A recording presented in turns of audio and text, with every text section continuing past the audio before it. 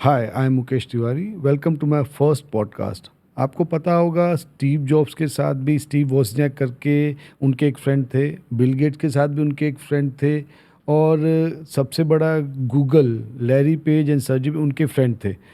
सो दुनिया में कोई भी जो बड़ी चीज़ स्टार्ट हुई है वो फ्रेंड के साथ ही स्टार्ट हुई है, और इसीलिए क्योंकि मेरा फर्स्ट पॉडकास्ट है तो मेरे साथ मेरे फ्रेंड आए हैं डॉक्टर मेहुल ठक्कर।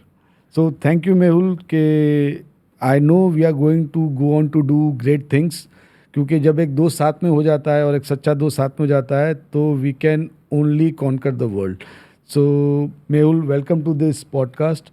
एंड मेहुल ही फ्री था एंड फ्री में मेहुल ही आया, तो आई थिंक मुझे लगा ही था इतनी इज्जत कहाँ से देने लग गया। नहीं, थोड़ी इज्जत तो देनी पड़ेगी मेहुल। अभी हम ऑफिशियली हैं। मैं मोदी जैकेट भी पहन के मोदी आया हूँ। जैकेट पहन के आए हैं। आप मोदी का सपोर्ट कर रहे हैं? ये मैं ऑनलाइन नहीं बोल सकता, बट मैं इतना कह दूंगा कि भाई इलेक्शन सीजन ऑनलाइन और इसमें ऑफलाइन क्या है? See, India is a democratic country, freedom of expression है। आप अगर नहीं भी सपोर्ट करते नहीं सपोर्ट करो, इसमें कोई मेरा नहीं, पॉडकास्ट तो is not politically motivated. And आप मोदी का करो सपोर्ट, नहीं करो सपोर्ट भाई, बस आप यहाँ कुर्सी पे बैठ के जवाब दे दो, आप किसको भी कुर्सी सपोर्ट बैठ करो। के मेरा जवाब दे दो। मेरे व्यूअर्स को, जो हमारा जो पॉडकास्ट देखें, उनको सही और सटीक मेडिकल एडवाइस तो नहीं करूँगा, इन्फॉर्मेशन आप दे दो। नो फेक न्यूज़ प्लीज़, क्योंकि फैक्ट चेक जो करेगा वो अपना क्या लगाएगा उसे पता नहीं। तो what are the common myths जो रेस्पिरेटरी सिस्टम में, जो आप, because you are chest specialist, तो सबसे पहला मिथ क्या है कि जो बहुत ही वाइड स्प्रेड है, जो एकदम ही इट इज़ टोटली रॉन्ग? सो बहुत सारे ऐसे, first of all thank you for having me here on official note. And बहुत सारे ऐसे नुस्खे बताए जाते हैं कि ये करने पे आपको कभी रेस्पिरेटरी बीमारी नहीं होगी। ऐसा कोई एक नुस्खा नहीं है। अच्छा, ठीक है। YouTube channels and Instagram reels भरे पड़े हैं, ये करो आपको कभी तकलीफ नहीं होगी। नींबू ऐसा डाल के उसको पानी मिला हाँ, के शिकंजी बना के पी लो तो ये नहीं ये हो होगा। जाएगा। आपने मूलांक नंबर जिसका 4 है, 8 है, 13 है, उसको ये नहीं होगा। ये सब कुछ नहीं है। जिसको होना है वो होना है। होना है। Only thing you have to take care of your diet, your health and या एवरीथिंग। सो वो हम डिस्कस करेंगे डिटेल में, लेकिन कोई भी एक नुस्खा कभी किसी काम नहीं आता है। One shoe does not fit all, ये एक चीज़ याद रखना है। एंड एक चीज़ करने से आप ठीक भी नहीं होने वाले हो। आपको इट्स ऑलवेज, आपके शरीर एक बहुत ज़्यादा, जैसे आपने कहा एक दोस्त साथ में हो तो सब कुछ कर सकते हैं। आपके शरीर में जो ऑर्गन्स हैं वो दोस्ती के साथ रहते हैं, तभी सब कुछ होता है। जब एक दोस्त मुकर जाता है या नाराज़ हो जाता है तो बाकी सारों को प्रॉब्लम हो ही जाती है। तो वैसा है, तो सारी चीज़ें साथ में सही होंगी तो ही आपके लंग्स ठीक होने वाले हैं। अगर आपका किडनी हार्ट खराब है तो आपके लंग्स ठीक होने ही नहीं वाले, साथ में कुछ ना कुछ तकलीफ तो होगी। वैसा। बट अगर उसका बराबर से ध्यान दे हम एंड कोऑर्डिनेशन बराबर बनाए रखें, तो I think we can lead a healthy life. Yes. आप अपने मोबाइल का कितना ध्यान रखते हो, कवर लगाते हो, क्लीन करते हो, उसको संभाल के रखते हो, अपने बीवी बच्चों का ध्यान रखते हो, भाई उनको क्या खाना है क्या नहीं खाना है। ऐसे आपके शरीर को भी आपको ध्यान देना है, अपने ऑर्गन्स को भी उतना ही प्यार देना है। तो now we have been seeing कि जो मेट्रोपॉलिटन सिटीज़ है अपनी, दिल्ली हो गया, बॉम्बे हो गया, चेन्नई हो गया, and for that matter even the tier 2 cities, pollution बहुत बढ़ रहा है। We keep listening to AQI, जगह जगह AQI एयर क्वालिटी इंडेक्स जो हम देखते हैं, दैट इज गोइंग 400 पर, 350 पर, एंड दिल्ली में तो you can not see only, Bombay में भी समटाइम्स इतना स्मॉग हो रहा है। सो वो कैसे इफेक्ट करता है बड़ों को, बच्चों को, बूढ़ों को? सो लंग्स का एक बड़ा प्रॉब्लम है कि लंग्स हमेशा एक्सपोज होते हैं स्किन की तरह हवा से। सो हवा में कोई भी प्रदूषण रहा या पोल्यूटन रहा, लंग्स को इफेक्ट करता है। फॉर्चुनेटली लंग बहुत बड़ा ऑर्गन है तो बहुत जल्दी डैमेज नहीं होता है। बट अगर आप कंटिन्यूसली एक्सपोज हो रहे हो किसी चीज़ से, जैसे आपने दिल्ली का एग्जांपल लिया, तो आप अगर दिल्ली में एक दिन के लिए जाओगे तो कुछ नहीं होगा, पर आप 1 साल रहोगे तो कुछ इफेक्ट होने वाला है। एंड अगर मैं एक सिंपल एकदम बेसिक चीज़ बोलूँ, अगर डबल डिजिट्स में है तो सेफ़ है, ट्रिपल डिजिट्स में है तो गड़बड़ है। सो क्या हो सकता है? अस्थमा हो सकता है। मोस्ट कॉमन रेस्पिरेटरी एलिमेंट्स क्या होंगी? सो अगर एक बहुत ही सरल भाषा में समझाऊँ तो अगर डस्ट या स्मोक आप इनहेल करते हो अचानक से, सो आपके लंग्स खांसने लगते हैं। खांसने क्यों लगते हैं? कॉफ इज़ अ रिफ्लेक्स। खांसी एक रिफ्लेक्स है जो अंदर कुछ अटक रहा है उसको बाहर निकालने के लिए होता है। ओके। सो अगर कुछ ऐसी चीज़ आपके सांस नली में जाती है, फर्स्ट एंड फॉरमोस्ट इरिटेट करके खांसी करती है, तो इन द बेसिक सेंस खांसी होगी। जो आपने, अगर आप कभी स्मोक कर रहे हो या आपका फ्रेंड कोई स्मोक कर रहा है सामने, तो आप खांसने लग जाते हो अगर आप एक्सपोज कभी हुए नहीं हो तो। उसके बाद आपके लंग्स में बहुत सारे प्रोटेक्टिव मैकेनिज्म होते हैं, मतलब बचाव के लिए म्यूकोजा होता है, there are lot of immune cells जो आपके लंग्स को प्रोटेक्ट करते हैं कोई बाहरी चीज़ से, लेकिन वो सारी चीज़ें स्लोली डैमेज होना शुरू होती हैं and over a period of time आपके लंग्स में कंजेशन होना शुरू हो जाता है, म्यूकस कफ जमना शुरू हो जाता है एंड आपको बार बार खांसी होती रहती है। Over a period of time lung में परमानेंट चेंजेस होकर आपको दम लगना शुरू हो जाता है, जिसको हमने बहुत सारे पेशेंट हमें आके बोलते हैं हमें COPD है। COPD क्या है? COPD इज़ मेडिकली नाम है chronic obstructive pulmonary disease. Okay. Simple भाषा में एक ऐसी बीमारी जिसमें लंग के इलास्टिक टिश्यू खराब हो जाते हैं राइट। एंड जो ब्रीदिंग ट्यूब्स हैं उनके म्यूकोजा या उनका म्यूकस बनाने का या कफ बनाने की प्रक्रिया जो है वो डिस्टर्ब हो जाती है, तो वो ज़्यादा बनाना शुरू कर देते हैं। ओके। तो COPD होने के चांसेस होते हैं। अस्थमा जैसे आपने नाम लिया, अस्थमा इज़ समथिंग जो बचपन से होता है यूजुअली या एटलीस्ट मिडिल एज में शुरू होता है एंड वो रिएक्ट करता है पेशेंट किसी भी चीज़ से जिसमें पोल्यूशन सबसे ज़्यादा इफ़ेक्ट करता है। तो एग्जैक्टली अस्थमा में होता क्या है? मोस्ट कॉमन आपने फिल्मों में देखा है, आपने क्या देखा है? आपके हिसाब से अस्थमा क्या है? मैंने तो वही देखा है कि फिल्मों में जो है कि एकदम से सांस ही नहीं आती एंड अपना सिपला का वो निकालते हैं एंड दे जस्ट करके and suddenly gets the Popeye जैसे energy and this all is fine. So that is what I have seen, that is what I know. So ये ड्रामेटाइजेशन है जो एक्चुअल बीमारी है उसका। ओके। अस्थमा में simple भाषा में सबसे पहले खांसी होती है जो रिकरेंट मतलब बार बार होती है। मोस्ट कॉमनली हम देखते हैं सीजनल चेंज पे होती है या जैसे अभी मुंबई में डस्ट स्टॉर्म हुआ कुछ दिन पहले, तो अगर उस टाइम पे अगर आपको खांसी हुई जो एक दिन नहीं 2-4 दिन चली तो शायद आपको ब्रोंकियल हाइपर रिएक्टिविटी मतलब आपके लंग्स ज़्यादा रिएक्ट करते हैं। अच्छा। अभी सिंपल भाषा में हमने देखा है कि किसी को गुस्सा ज़्यादा आता है, किसी को कम आता है। तो गुस्सा ज़्यादा आता है वो बीमार नहीं है, वो उसका नेचर है। राइट। तो वैसे ही आपके लंग्स ज़्यादा गुस्सा करते हैं वो डस्ट के एक्सपोजर से, तो उसको सिंपल भाषा में एलर्जी बोलते हैं। राइट। जो आपके लंग्स में जब होती है तो उसको अस्थमा बोलते हैं। ओके। उसके सिम्टम्स होते हैं कि खांसी, दम लगना, छाती में से सीटी ऐसा आवाज़ बजना। राइट। तो ये कॉमन सिम्टम्स हैं। तो इसको prevent asthma, is it preventable disease? No, not disease actually, it's condition. It's a disease और कंडीशन? सी ये बीमारी है। ओके। हाँ, एंड अनफॉर्चुनेटली बहुत सारे लोग अस्थमा से पीड़ित हैं पर उनको पता नहीं है। ओके। जैसे हम कहते हैं कि डायबिटीज़ में हम अभी नंबर 1 हैं, अगर हम अस्थमा के एक्चुअल टेस्ट करने जाएं तो हम शायद वहाँ पे भी नंबर 1 आ सकते हैं।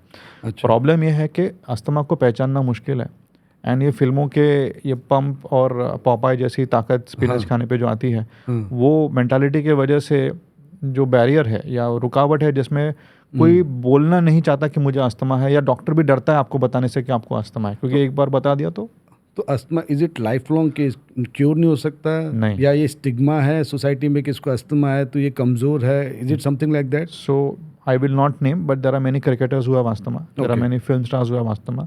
वो सारे काम अपने करते हैं। There are many sports people internationally who have asthma. सारे काम होते हैं, खेलते भी हैं, एक्सट्रीम स्पोर्ट्स में भी खेलते हैं। कोई लाइफ में रुकावट नहीं होती, लाइफ कहीं पे भी रुकने नहीं वाली है आपकी। हाँ, it's a life long disease. आपको लेकिन ज़िंदगी भर दवा नहीं लेनी होती unless it reaches a stage जहाँ पे परमानेंट चेंजेस हो गए, तो फिर आपको ज़िंदगी भर दवा लेनी है। So how do we know अगर किसको पता करना है कि उसको अस्थमा है या नहीं है? क्या सिम्टम्स है, इजी आइडेंटिफाइबल सिम्टम्स जो हम जाके एक डॉक्टर को, जैसे आपको चेस्ट स्पेशलिस्ट को, या उनको जाके बताएं कि ये सिम्टम्स मुझे लग रहे हैं, so can it be asthma? तो व्हाट आर दो सिम्टम्स? सबसे सिंपल भाषा में खांसी, ठीक है, जैसा अभी हम थोड़े थोड़े खांस रहे हैं ऐसी खांसी नहीं, खांसी जो रिकरेंट हो रही है। भाई हर 2 महीने में खांसी हो जा रही है, दवा लेते हैं ठीक हो जाती है, फिर हो जाती है। सांस लेने में शिकायत हो रही है, अगर नॉर्मल आपके हाइट वेट और एज के हिसाब से जितना कोई आपका फ्रेंड चल पाता है उतना आप चल नहीं पा रहे हो, भाई दम लग रहा है, छाती में से सीटी ऐसा आवाज़ आना जो सांस नली में क्रैम्प आने की वजह से होता है, मसल्स क्रैम्प आ जैसे पैर में क्रैम्प आता है वैसे, और ये सारे सिम्टम्स रात को ज़्यादा होना एंड एपिसोडिक होना, दैट इज़ मोर इम्पॉर्टेंट कि भाई ये कंटिन्यूस नहीं हो रहे हैं, ठीक हो रहे हैं, वापस हो रहे हैं, तो शायद अस्थमा हो सकता है। डॉक्टर के पास जाके चेक कराइए। तो इज़ इट रिलेटेड कोविड के बाद कुछ? बिकॉज कोविड में तो एयर काफ़ी क्लीन हो गई थी and people started using mask भी लगाने लग गए थे, काफ़ी प्रिकॉशन भी कर रहे थे, तो कुछ इम्पैक्ट हुआ कोविड का टू अस्थमा या रेस्पिरेटरी डिजीज़ कंडीशंस? सो 2 चीज़ें हुई। फर्स्ट थिंग, रेस्पिरेटरी फिजिशियंस को पहचानने लगे लोग, क्योंकि Covid was a respiratory disease and that was one change that happened कि पीपल रियलाइज कि चेस्ट फिजिशियन एक स्पेशलिटी होती है। Secondly, air quality did improve. हमारे यहाँ पे थाने में भी एक AQI का एक मॉनिटर लगा हुआ है 3 नाका सिग्नल पे। राइट। पहली बार हमने उसको डबल डिजिट में जाते हुए देखा हाँ, एंड हम खिड़की खोल के गाड़ी चला सकते थे, खिड़की खोल के। तो ये चीज़ नोटिस की गई। तो yes, air quality did improve, pollution levels कम हो गए थे। And asthma patients in general, triggers, जो चीज़ें आपके लंग्स को तकलीफ कर सकती हैं उनको हम ट्रिगर बोलते हैं, वो ट्रिगर कम हुए, बट साइमल्टेनियसली पेशेंट्स डॉक्टर के पास नहीं जा पा रहे थे। एंड एक डर सा था कि खांसी बोलते ही आप कोविड बोल के एडमिट कर दोगे। तो उस चक्कर में डॉक्टर का एडवाइस भी कम लिया जा रहा था। तो बैलेंस आउट हो गया in the end, but trigger कम हो गए। जो चीज़ें आपको तकलीफ कर सकती है, जैसे हमने प्रदूषण बोला, वैसे बहुत सारी चीज़ें और अस्थमा को ट्रिगर कर सकती हैं, but at least the trigger of pollution went down. So basically अगर कोई एस्थमेटिक पेशेंट है तो he can lead a normal life, सारे काम कर सकता है। Few precautions he has to take, I guess, कि ज़्यादा धूल धक्कड़ में ना जाए, एंड कुछ what precautions he should take. Asthma के लिए मैं यूजुअली 5 चीज़ें बोलता हूँ पेशेंट को। आई मीन अगर कोई पेशेंट मेरा सुन रहा है तो वो एग्री करेंगे, मैं ये 5 ही चीज़, रटी हुई चीज़ है, पंडित की तरह ये 5 चीज़ें बोलता रहता हूँ। फर्स्ट एंड फॉरमोस्ट के रोज़ एक्सरसाइज करना है। एक्सरसाइज का मतलब ये नहीं कि जिम जाना है, ठीक है, हम बेसिक एक्सरसाइजेस। हाँ, सो हम सांस की कसरत बोलते हैं, हम फिजियोथेरेपी बोलते हैं मेडिकली, या तो आप योगा कर सकते हो। अगर वो भी नहीं करना है तो then the basic thing that you can do is cycling, jogging, swimming, all the endurance exercises. Gym में जाना है तो ट्रेडमिल है, क्रॉसफिट है, ये सब चीज़ें करिए, आपके लंग्स के लिए अच्छा है। कुछ भी नहीं है, बेसिक बैडमिंटन खेलो, या आप रोड पे खेल सकते हो यार रात को, तो हाँ ठीक है, बेसिक एक्सरसाइजेज हैं, आप कर सकते हो, बहाना नहीं चाहिए, तो एक्सरसाइज करनी है। दूसरा चीज़, जो चीज़ आपको तकलीफ कर सकती है, ट्रिगर्स, कॉमन चीज़ें मैं बताऊंगा आपको, उनसे अवॉइड करना है। तीसरा होता है फ्लू का वैक्सीन हम देते हैं हर साल। Flu is important trigger. And आपका वज़न ज़्यादा नहीं होना चाहिए। वज़न अगर आप ओवर वेट हैं या अंडर वेट हैं तो देन आपको अस्थमा। अंडर वेट में इन्फेक्शन ज़्यादा लगते हैं, ओवर वेट में नहीं। यस, एंड लास्ट थिंग है मेडिसिन। जो डॉक्टर आपको दवाई देता है वो पंप से डरे नहीं।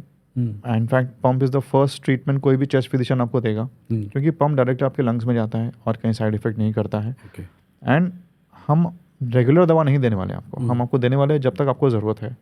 हम आपके टेस्ट करते हैं, PFT या लंग फंक्शन टेस्ट हम करते हैं, एंड उसके हिसाब से ट्रीटमेंट डिसाइड करते हैं। ओके, सो एक पॉइंट में जो मुझे अभी लगी कि बीइंग ए एलोपैथी डॉक्टर जो मेडिकल पढ़ा है science, so you are recommending yoga, anulom vilom, why not, exercise is helpful. Okay, आप अगर एक्सरसाइज नहीं करोगे, आपने इनफैक्ट कल की बात है, आपने जो फ़ोन किया था, मैं मैसेज किया था, तब मैं डिनर पे था। मेरा मतलब एक साला है कज़िन, वो उत्तराखंड से आया था, वहाँ पे घर लिया है। वो बोला वहाँ पे बुजुर्ग लोग भी 15 किलोमीटर रोज चलते हैं। अच्छा, उनको देख के हम अनहेल्दी लगते हैं। ओके, क्योंकि एक्सरसाइज कर रहे हैं ना, कोई तो एक्सरसाइज होनी चाहिए, चाहे आप योगा करो, चाहे आप वॉक करो। प्रॉब्लम ये है, आपने प्रदूषण की बात निकाली, अगर मैं अभी मुंबई में वॉक करने जाऊँ पीक प्रदूषण आवर्स में, मेरे को खांसी वैसे ही हो जाएगी। अगर हवा साफ है तो आप वॉक करने जाओ बाहर, अगर नहीं है तो घर पे बैठ के योगा करो। Yoga is helpful. Any form of exercise is definitely going to benefit you. there are these blue zones in the world, if I don't know if you know. I know. blue zones जहाँ पे people live to 100। तो उसमें एक I think Italy या Greece में एक जगह Greece में इटली में जहाँ पे द गांव जो है वो पहाड़ के ऊपर है, तो जो बूढ़े लोग हैं they are walking up and down every day, and they are living beyond 100 और up to 100। So maybe ये उत्तराखंड में या जो है, जो हमारे बुजुर्ग हैं, so they are living up to 90 या 100। That is because they did too much of physical strenuous work and they did it very nicely. Eat healthy. So I was going to come to that. Healthy खाना। Asthma के लिए जब मैं patients को बोलता हूँ, normally young patients आते हैं, समझो अभी 20s में वगैरह, एंड साथ में पेरेंट्स आते हैं। मैं बोलता हूँ बाहर का खाना आर्टिफिशियल फ्लेवर कलर वाला बंद करिए, फ्रेश नेचुरल खाना खाइए, नारियल पानी पिए, दूध पिए, कोई प्रॉब्लम नहीं। एंड वहाँ से माँ चिल्लाती है, यही चीज़ तो मैं तुझे कह रही थी, इसके लिए 1000 रुपये देख के तू डॉक्टर के पास आया। तो कुछ आप कुछ और बोलो ना अच्छी तरह से। मैं आप बोलो एवोकाडो खाओ या ब्रोकोली खाओ, ऐसे कोई अच्छी चीज़ें बोलो ना। सो आप ब्रोकोली ना खा के कॉलीफ्लावर खाओगे तो भी अच्छा ही है। कोई भी तरह का फल, आज ब्रोकोली भी कॉलीफ्लावर ही आ रही है, खाली ग्रीन कलर है, so you have to be very careful. नहीं, मैं सफ़ेदी की चमकर को नहीं बोल रहा हूँ। हाँ। मेरा कहने का मतलब है fresh vegetables and fresh fruits जो होते हैं, अनलेस आप स्पेसिफिकली एलर्जिक हो, जैसे मेरी wife you know has allergy to pineapple, so pineapple allergy है, इसके लिए उसको मना है, वरना आप पाइनएप्पल खाइए। मतलब आप जितने भी फ्रेश फ्रूट्स और वेजिटेबल्स हैं अस्थमा में आप खाइए, that helps. And blue zones में इंपॉर्टेंट चीज़ है, वहाँ पे 5 चीज़ें मैंने देखी। एक तो एक्सरसाइज, करेक्ट, अस्थमा बहुत लेवल कम है ब्लू जोन्स में। दूसरा खाना फ्रेश वहीं खाते हैं, वहीं उगाते हैं, वहीं खाते हैं, ऑर्गेनिक ऑर्गेनिक होता है। सेकेंडली वो खुश रहते हैं, so laughter therapy is helpful. But laughter not exactly like जो मॉर्निंग में people are laughing, No, not no, that no, no, laughter. no, no. Laughter means being happy, Being state happy, of mind, state of mind, happy. where you are happy, joyous with people around you, with the society, and you're not complaining as such कि Exactly. ये मेरी life में क्या चल रहा है या ये देश में क्या चल रहा है, but you are happy, you are content, आप कंटेंट है। जो गीता में लिखा है वो एक्चुअली फॉलो कर रहे हैं। हाँ गीता में लिखा है कि भाई तू अपना कर्म कर, बाकी मेरे पे छोड़, हाँ, ठीक है, भगवान ने कहा है, तो हाँ वही कर रहे हैं, वो अपना काम कर रहे हैं, खुश रह रहे लाइफ में। या the key to happiness is सानू की है। हाँ। सही बात। एंड वो लोग फुल नहीं खाते, 80% खाते हैं, 100% नहीं खाते, पेट नहीं दैट इज अ भरते। Very Japanese Japanese way of Okinawa के blue zone in Okinawa has Yes, that thing, yes. ठीक है, so that thing helps. And asthma भी वही चीज़ होती है, आप कभी भी देखो, आप अगर भरपेट खाते हो आपको थोड़ा डिस्कम्फर्ट फील होता ही है, करेक्ट, राइट। ठीक है, वो चीज़ नहीं करनी आसमा में, सिंपल। हाँ, तो बेसिकली हमको सिंपल रूल्स फॉलो करने लाइफ के, and asthma can be control and it can be very well managed. वहाँ पोल्यूशन, अगर आप बाहर जा रहे हो, so first of all if you are asthmatic, तो आपको बाहर जाते वक्त आइडियली आपको AQI चेक करना है। कभी 200, 300, 400 है तो बाहर न जाए, पॉसिबल हो तो। लेकिन but that is not possible, you have to go out and work, you have to go out to travel, whatever. So Mumbai में वो पॉसिबल नहीं है। मास्क पे नहीं, N95 प्रॉपर मास्क जो क्लिप वाला रहता है, ओके, वो प्रॉपर आपके नाक मुंह को ढका रहे। अगर आप बाय कार ट्रैवल कर रहे हो तो विंडोज़ को रोल अप करिए। जो AC का सेटिंग होता है वो इंटरनल रखिए, बाहर की अब अंदर आएगी तो घूम फिर के पोल्यूशन आने वाला है। एंड इफ़ पॉसिबल वॉक करने के लिए उस टाइम पे न जाएं जब पीक ट्रैफिक हो। ओके, एंड आइडियली, अब ये तो मुंबई में संभव नहीं है, मेन रोड से आपको 200 मीटर अंदर रहना है। अब मुंबई में सारे मेन रोड है, तो आप कहाँ रहोगे मुझे नहीं पता। 200 मीटर का है भाई तो क्या याद रहेगा।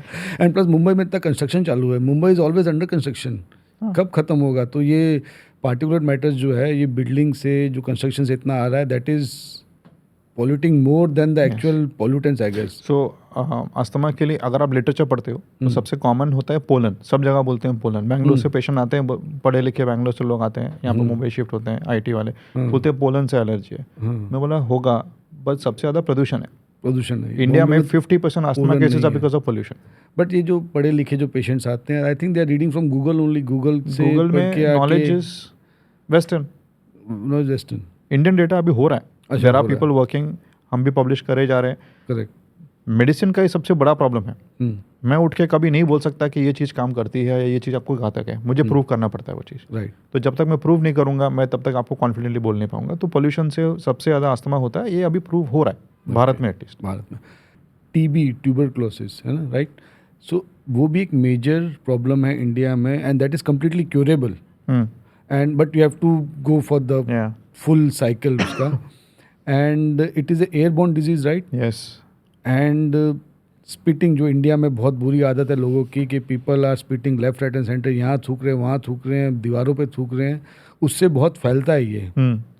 सो हाउ इज, मतलब कैसे कंट्रोल, या TB एक्चुअली में है क्या, what is that condition that is. So TB एक कीटाणु है, जंतु है, जिससे आपको बीमारी होती है। राइट। एंड आपके नाखून और बाल छोड़ के वो कोई भी शरीर के अंग को इफेक्ट कर सकता है। पहला चीज़ मैं ये बोलना चाहूँगा, क्योंकि पब्लिक को जब मैंने बोला ना आँख में TB है, अरे आँख में कैसे जंतु घुसता है। Generally TB associated with lungs या ऐसे ही है। यस। सो TB फैलता खांसने, छींकने, बोलने से है। अगर कोई मरीज़ जिसको लंग्स का TB हो, भाई कफ में बैक्टीरिया है TB के, वो खांसेगा, बोलेगा, छींकेगा, तो वो इस जोन में फैला देगा। अभी आप वो जंतु अपने सांस नली में लेते हो, आपके लंग की डिफेंसेस, लोकल आर्मी बोल सकते हैं, पुलिस रहती है, वहाँ से अगर बच के निकल गया तो ब्लड में जाता है, फिर वो कोई भी ऑर्गन में जा सकता है जहाँ ब्लड जा रहा है वहाँ पे। तो पहला चीज़ खांसने, छींकने, बोलने से फैलता है, बट जाने को कोई भी ऑर्गन में जा सकता है। एंड स्पिटिंग की आदत तो कहीं जाने नहीं वाली है, क्योंकि कोविड के टाइम पे लोगों ने मास्क पहने थे एंड हमें लगा कि TB कम हो जाएगी। राइट। ठीक है। इनफैक्ट गवर्नमेंट को भी लगा TB कम हो जाएगी, लोग मास्क पहन रहे, थूक नहीं रहे कोविड के डर से, बट हुआ नहीं, क्योंकि लोग बाहर नहीं आए दवा लेने के लिए। जो डर था उसके चक्कर में, बिकॉज आई थिंक गवर्नमेंट बहुत बड़ा एक एड कैंपेन चला रहा है, आई थिंक अमिताभ बच्चन आता है उसमें, एंड ही इज गिविंग ज्ञान की। सो बच्चन साहब खुद बीमार थे एक बार and he got better. I mean ऐसा हमने भी सुना है, हमने तो ट्रीट नहीं, हाँ हमने ट्रीट नहीं किया उनको, बट ऐसा हम सुनते हैं। So he is coming with a confidence कि इट इज़ ट्रीटेबल। ओके, ठीक है। एंड TB इज़ ट्रीटेबल, बीमारी है, आप ट्रीटमेंट दो, लंबा चलता है इलाज, बस 6 महीना, 9 महीना, 24 महीना, depending on what type of TB, कहाँ पे आपको कौन से ऑर्गन में हुआ है टीबी। ओके। तो टीबी जिस ऑर्गन में हुआ है उसके हिसाब से ट्रीटमेंट होता है। सही समय पे ट्रीटमेंट मिला और सही दवा लग गई, दवा से साइड इफेक्ट नहीं हुए, दवा सूट हो गई, तो आपको 100% क्योर मिल सकता है। प्रॉब्लम हमारे यहाँ पे 100% क्योर न मिलने की है। एक तो देरी, मरीज़ पहुँचता नहीं है टाइम पे हॉस्पिटल या डॉक्टर के पास। डॉक्टर के पास पहुँचा तो काफ़ी बार टीबी ऐसे रूप में आता है कि आप पता नहीं कर सकते कि ये टीबी है। अच्छा। ठीक है। एंड अगर जब पता चलता है तब तक ऑलरेडी फैल चुका होता है, फिर हम पेशेंट को ठीक नहीं कर पाते। सो गिवन दिस जो पॉइंट्स है, तो टीबी क्या ये लिविंग कंडीशंस पे निर्भर करता है? Yes. कि we are living in dirty conditions, या जो स्लम एरिया में रह रहे हैं, जो पुअर कंडीशंस में रह रहे हैं, जहाँ पे सैनिटेशन अच्छा नहीं है, जहाँ पे नाला बह रहा है, साइड में कचरा है, तो उधर ज़्यादा इफेक्ट करेगा?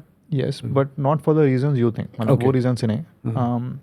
सी, जैसे मैंने कहा, अस्थमा के लिए रिस्क फैक्टर एक पोल्यूशन है, सो टीबी के लिए रिस्क फैक्टर ओवर क्राउडिंग है। ओके। तो सिर्फ ओवर क्राउडिंग से हो रहा है वैसा नहीं है। ओवर क्राउडिंग वाले एरिया में किसी को तो टीबी होना चाहिए ना, तब वो दूसरों को फैलाएगा। राइट। सो ओवर क्राउडिंग आपका, व्हेन आपकी इकोनॉमिक कंडीशन इतनी अच्छी नहीं है कि आप कोई स्लम एरिया में रह रहे हो या छोटे घर में बहुत सारे लोग रह रहे हैं, मतलब इनडायरेक्टली इट मीन्स कि आपकी इकोनॉमिक कंडीशन अच्छी नहीं है, तो इनडायरेक्टली मीन्स कि आपका न्यूट्रिशन भी इतना अच्छा नहीं है। न्यूट्रिशन अच्छा नहीं है, आपके पास हेल्थ फैसिलिटी जाने की क्षमता कम रहती है। Majority time daily veg workers होते हैं, उनको काम नहीं करेंगे, हॉस्पिटल जाएंगे तो काम कैसे करेंगे? So all those things come into play. And दवाई रोज़ खानी पड़ती है। थैंकफुली लास्ट कुछ सालों में गवर्नमेंट ने एफर्ट्स, पहले भी गवर्नमेंट फ्री दवा दे रही थी, बट 2019 से तो बहुत ज़्यादा पुश किया गया है, बिकॉज गवर्नमेंट सारी दवाइयाँ फ्री दे रही है। अच्छा। बट टीबी के 2 टाइप हम बोलते हैं। एक होता है फर्स्ट टाइप, जिसमें नॉर्मल 2-3 गोलियों से पेशेंट ठीक होता है।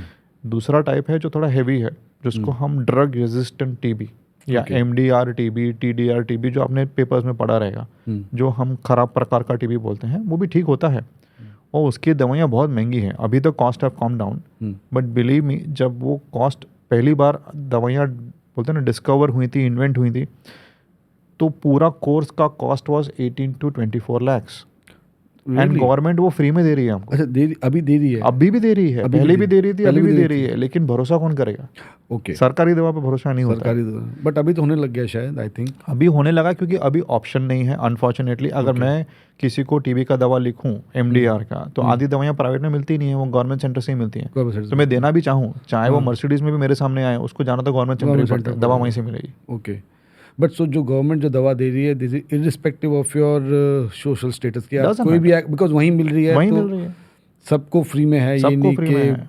BPL है, अबव BPL है, मिडिल क्लास है, रिच है, कोई नहीं। Come if you have the doctor's prescription, so आप आओ। अगर आपको MDR है, दवा फ्री में दी जाएगी, दवा मिल रही है। यस, अभी आप समझो इतनी महंगी दवा गवर्नमेंट प्रोक्योर कर रही है और इतने लाखों मरीज हैं, तो कभी कभी शॉर्टेज हो जाता है। हाँ। भाई आज 10 दिन नहीं मिली तो हम बोलते 10 दिन के लिए खरीद ले भाई, खरीद ले, जो मिल रही है वो खरीद ले। और अगर समझो बिल्कुल ही नहीं है तो वो अल्टरनेट दवा देते हैं। ओके।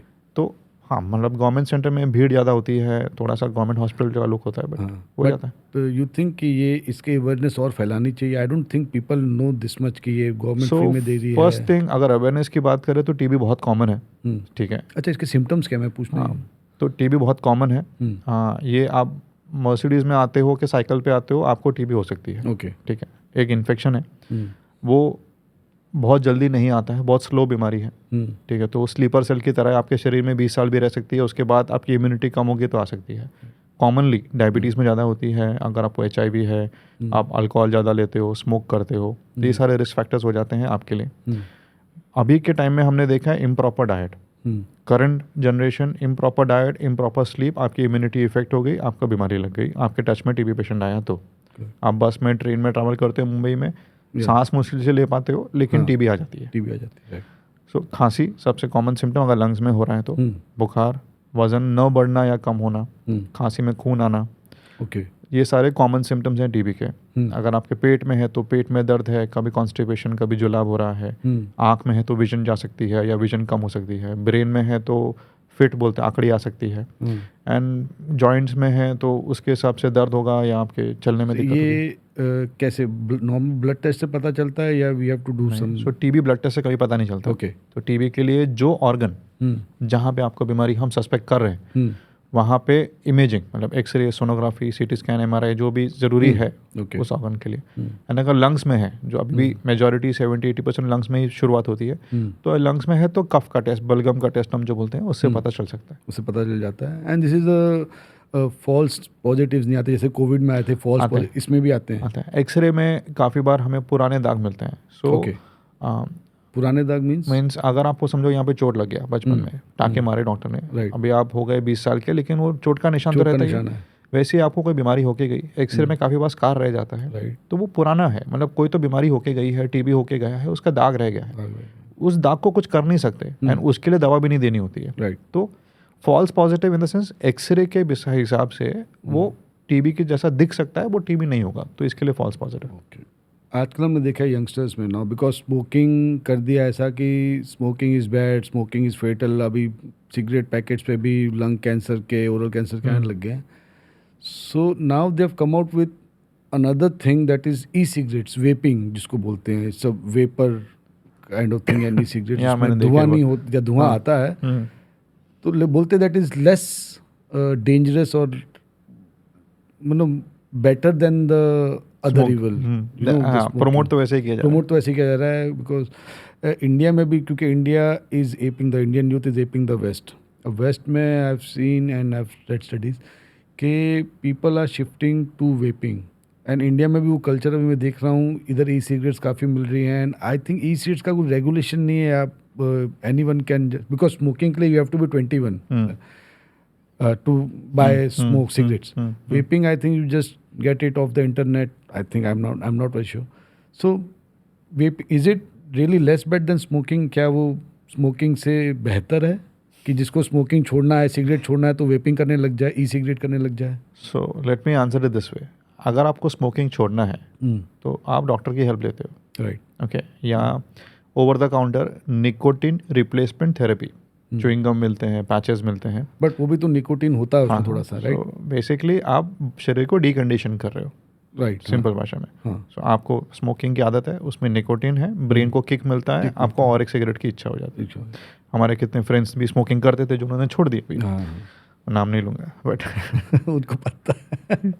सो आप निकोटिन को कम कम मात्रा में देते जाते हो, हाँ। शरीर को डी एडिक्शन हो जाता है, and with in a month और 2-6 months एंड आपका विल पावर ऑब्वियसली लगता है, ठीक हो जाते हो।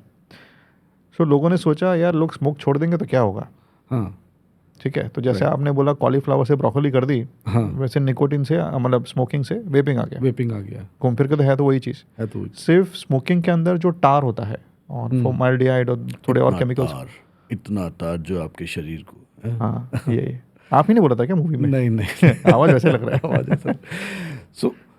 तो मतलब उन्होंने ये ऐसा मार्केट किया है कि हाँ। नहीं है, दो चीज़ें नहीं है, तार नहीं होता है जैसे नहीं यू होता है, सेड, एंड ठीक है। फॉर्माल्डिहाइड और बहुत सारे छोटे केमिकल्स जो है वो नहीं होते हैं। हाँ if I have to sustain something, मुझे कुछ तो दिखाना पड़ेगा, करेक्ट एंड उसको आप अगर कूल बना दो तो हाँ। वो ज़्यादा बिकता है, राइट ओके। कोई भी चीज़ को आप कूल बना दो, यूएस में आईफोन ज़्यादा बिकता है जबकि एंड्रॉयड भारत में ज़्यादा बिकता है, तो बिकॉज वहाँ पे कूल है, उसके बगैर चलता नहीं है। बट अभी इंडिया में अभी आईफोन ज़्यादा हाँ, तो बिक रहा है। कूल फैक्टर आप अटैच करते हो किसी चीज़ को तो यूथ उस चीज़ को अट्रैक्ट होता है, ठीक है। वहाँ से वेपिंग चालू हुई, शुरुआत वैसे हुई। राइट ई सिगरेट्स में 2 चीज़ें 3 चीज़ें कम होने की वजह से यस डेफिनेटली वो कम हानिकारक है, to what percent nobody knows, nobody knows, okay, ठीक है। there is no study being there is no published study. Smoking जब आई थी, हम आप देखो कि हमारे पुराने जितने भी 1800s की 1900s शुरुआत के फोटोग्राफ्स में लोग स्मोक कर रहे हैं, राइट बट हमें स्टडीज के बाद, जैसे मैंने बोला as a doctor I have to prove कि ये गलत है, करेक्ट होता है ना फैक्ट चेक। फैक्ट चेक क्या, तो स्मोकिंग में तो डॉक्यूमेंटेड प्रूफ है एंड मिला। स्टडीज है, साइंटिफिक है कि इससे, बट वो कई सालों बाद, हाँ कई सालों, लेकिन अब सबको डॉक्यूमेंटेड है कि हाँ। इससे लंग कैंसर होता है, ओरल कैंसर होता है, and lung cancer, oral cancer, stroke, stroke, cancer कोई भी ऑर्गन का, ओके लकवा मार सकता है, हार्ट अटैक आ सकता है, आपका वॉइस जा सकता है, आपके लंग्स में सीओपीडी, सबसे कॉमन तो सीओपीडी होता है। 2023 का डेटा था विच वॉज शॉकिंग कि 32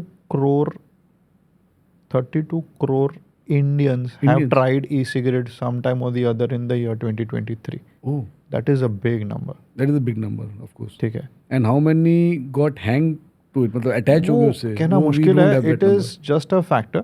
number. मेरे फ्रेंड्स के साथ मैंने एक आधा पी ली, उसको भी गिना है उन्होंने, बट करेक्ट। ऑब्वियसली उसमें से कुछ तो हैंग होने ही वाले हैं, दे अटैच हो जाएंगे उस चीज़ से।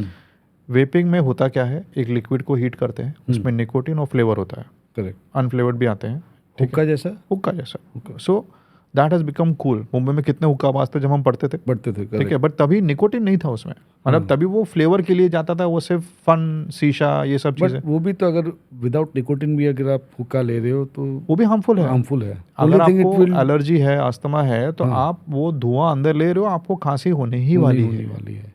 तो मैं तो कभी शीशा बार में जा भी नहीं पाया, क्योंकि मेरे को वैसे ही खांसी हो जाती वहाँ जाती।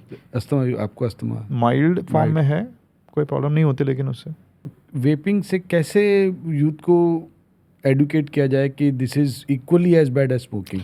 सो अगर आप आँख बंद करके रोड क्रॉस करते हो, 10 लोगों ने रोड क्रॉस किया, उनका एक्सीडेंट नहीं हुआ, इसका मतलब ये नहीं है कि आँख बंद करके रोड क्रॉस करना अच्छी चीज़ है या की जा सकती है। वेपिंग आँख बंद करके ना करें। अभी तक हमारे पास उतनी स्टडीज़ नहीं है, मतलब कभी कभी हमें लगता है कि कोई कुछ भी आके टीवी पे बोल देता है और हमें फिर उसको फैक्ट चेक करके दिखाना पड़ता है कि भाई ये गलत है, और उसको प्रूव करने में समय निकल जाता है, सालों निकल जाते हैं, तब तक आपके फेफड़े खराब हो जाएंगे। उसमें निकोटिन है, निकोटिन इज हार्मफुल।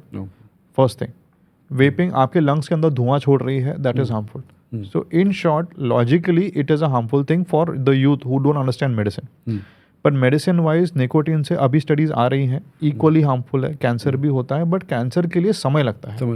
भाई ऐसा नहीं कि आज स्मोकिंग की और कल कैंसर हो गया, कुछ साल निकल जाते हैं, कभी कभी नहीं भी होता है, because there are some people जिन्होंने मतलब सब किया। तो अगर मैं एक कॉन्ट्रोवर्शियल स्टेटमेंट मार दूं कि सारे स्मोकर्स को कैंसर नहीं होता है, ठीक है, तो वो सच है। सारे स्मोकर्स को कैंसर नहीं होता है। पेशेंट आके बोलते हैं भाई मेरा भाई पी रहा है, उसको तो कुछ नहीं हो रहा है इतने साल से, मुझे हो गया। मतलब वो तुम्हारा जेनेटिक मेकअप है, ठीक है, तुम्हारा शरीर कैसे ले पाता है कुछ चीज़ को। कुछ लोग 10 किलो वजन उठा लेते हैं, देख के लगेगा नहीं कि उठा पा सकते हैं। कुछ लोग 100 किलो उठा लेते हैं, वो भी तुम्हारा मसल पावर है, उतना उठा सकते हो। तो तुम्हारा जेनेटिक मेकअप डिसाइड करता है, तुम्हारे हैबिट्स डिसाइड करते हैं तुम साथ में क्या करते हो। अभी ऐसा नहीं कि आप स्मोक भी करो, साथ में एप्पल खा लो तो आप ठीक हो जाओगे। तो वो चीज़ यूथ को समझनी चाहिए कि ये प्रूव नहीं हुआ, इसका मतलब गलत है, नहीं, ऐसा नहीं है। Vaping does cause problem, it will cause the same problems, खांसी, अस्थमा, COPD, आपको आगे जाके कैंसर होने की संभावना सब है उससे संभव। हो सकता है, आई एम नॉट श्योर, हो सकता है थोड़ा डिलेड हो, ओके, राइट, ठीक है। लेकिन अगर आपके जेनेटिक मेकअप में लिखा है कि आपको कैंसर होने की संभावना ज़्यादा है, तो आपको जल्दी भी हो सकता है। अस्थमा पेशेंट अगर स्मोक करता है तो डबल डैमेज होता है। सिंपल सी बात है, अगर आप अपने लंग्स में, अपने फेफड़ों में आप धुआं डाल रहे हैं एंड उसको भारी छोड़ रहे हैं, तो वो खराब होना ही है। मेहुल, ये तो बहुत डेंजरस चीज़ करते हो वेपिंग? नहीं, आई नेवर लाइक स्मोकिंग। मुझे पता है आप नहीं करते हो इसके लिए। आई हैव ट्राइड, मैंने जब, I think if I tell you, school में था मैं, I was in 7th standard I guess, जो मैंने फर्स्ट सिगरेट मारा, बस एक, that was the last thing, because I never liked it and I hate smoking. तो मुझे पता है कि स्मोकिंग से तो आपके कैंसर नहीं तो कुछ ना कुछ तो होना ही है, it is not good for health. तो एक मज़े की बात बताता हूँ, मेरे दादाजी गांव में अभी तो गुजर गए, काफ़ी साल हो गए, उनका बीड़ी का कारखाना था। अच्छा, सो भाई आप बीड़ी के कारखाने मतलब मारेंगे भी हम और बचाएंगे भी हम नहीं, तो बेसिकली गांव में वो बीड़ी बेचा करते थे। तभी सिगार का बहुत चलन था मूवीज़ के हिसाब से, सिगार तो गरीब आदमी खरीद सकता था, तो वो ऐसे लंबी वाली बीड़ी बना के बेचते थे। 5 पत्ता का बीड़ी नाम नहीं पता मुझे, नहीं वैसे बता उनको वो खुद बोलते थे, वो खुद नहीं पीते थे। अच्छा, तो वो कहते थे कि smoke in any form is harmful, tobacco in any form is harmful, तो नहीं करना है। तो आप एक बार आपने ट्राई करी, आपको रियलाइज़ हुआ क्या है। उनको तो बना रहे, उनको पता है, तो जब बाकी उनके बिजनेसेस शुरू हो गए तो उन्होंने बंद कर दी करना फिर। बट आई गेस कि सब बोलते हैं कि बैन कर देना चाहिए, इतना बेकार है तो बैन कर देना चाहिए, नहीं होगा। But you can not ban thing because people want to. दो चीज़ें होती हैं, बैन करोगे तो ज़्यादा बिकेगा, हाँ, ब्लैक में बिकेगा। दूसरी चीज़ होती है कि उससे आपको टैक्स रेवेन्यू मिल रहा है ना गवर्नमेंट को। सी एट एडमिनिस्ट्रेटिव लेवल मेडिकल चीज़ें सिर्फ नहीं होती है ना, उनको और भी चीज़ें देखनी पड़ती हैं। नहीं, एग्जैक्टली, सी टैक्स तो आता ही है, वो तो बात है। लेकिन someone wants to start a business, किसको अपना, अभी चलो बीड़ी का पीपल स्मोक, तो उसने अपने बीड़ी की, ये नहीं बोल सकते तुम ये मत, फिर तो ये डिक्टेटरशिप हो गई, ये मत खाओ, ये मत पियो, सिगरेट मत पियो, बीड़ी मत पियो, तो ऐसा नहीं, individual choice I guess. Smoking का problem I will tell you, when you smoke, let's say you smoke in this room, आप इस रूम में बैठ के स्मोक कर रहे हो, तो आप खुद को नहीं, हम सबको डैमेज कर रहे हो. करेक्ट. सेकेंड हैंड स्मोक तो हमें मिल ही रही है. आप मास्क पहन लो ना N95. हाँ, बट फिर मेरी चॉइस कहाँ गई? मास्क पहन, मुझे नहीं पहनना है मास्क, मैं रूम में बैठा हूँ, मैं मास्क क्यों पहनूँ? तुम सिगरेट पी रहे हो, इसके लिए मैं मास्क पहनूँ? सो वो चॉइस पे आप नहीं कर सकते. So that is something which you have to realise कि बॉस, आप खुद को भी प्रॉब्लम कर रहे हो, आपके आसपास वालों को भी प्रॉब्लम कर रहे हो. कितने लोग स्मोक करते हैं, उनके बच्चों को खांसी हो जाती है, राइट. अस्थमा जैसे सिम्टम्स आना शुरू हो जाते हैं. स्मोकिंग से अस्थमा हो सकता है? Absolutely, smoking is a trigger. Smoke is a trigger. हाँ, अगर जिसके पेरेंट्स मतलब जो फादर स्मोक कर रहे हैं, उनको नया मतलब there is a newborn kid in the house, उसको एक्सपोजर हो रहा है. एक्सपोजर हो रहा है. इनफैक्ट स्मोकिंग इंडोर पोल्यूशन में गिनी जाती है. ओके. सो इंडोर पोल्यूटेंट ही है वो. मेरा थीसिस इन सवाई मानसिंह, जयपुर में, राजस्थान में ना बहुत ही अभी तो काफ़ी कम हो गया है, मेरे गांव में भी, गुजरात में भी, और राजस्थान में तो काफ़ी समय तक वुड, लकड़ी का चूल्हा चलता था घर पे खाना पकाने के लिए, पानी गर्म करने के लिए. अभी भी गैस आने के बाद पानी गर्म, नहाने का पानी लकड़ी के चूल्हे पे होता है. हाँ. बाकी गैस कुकिंग के लिए यूज़ होता है. तो लकड़ी के चूल्हे का जो धुआं है is as bad as cigarette smoke. So वहाँ के लोग को खांसी वैसे ही हो जाती थी उसके वजह से.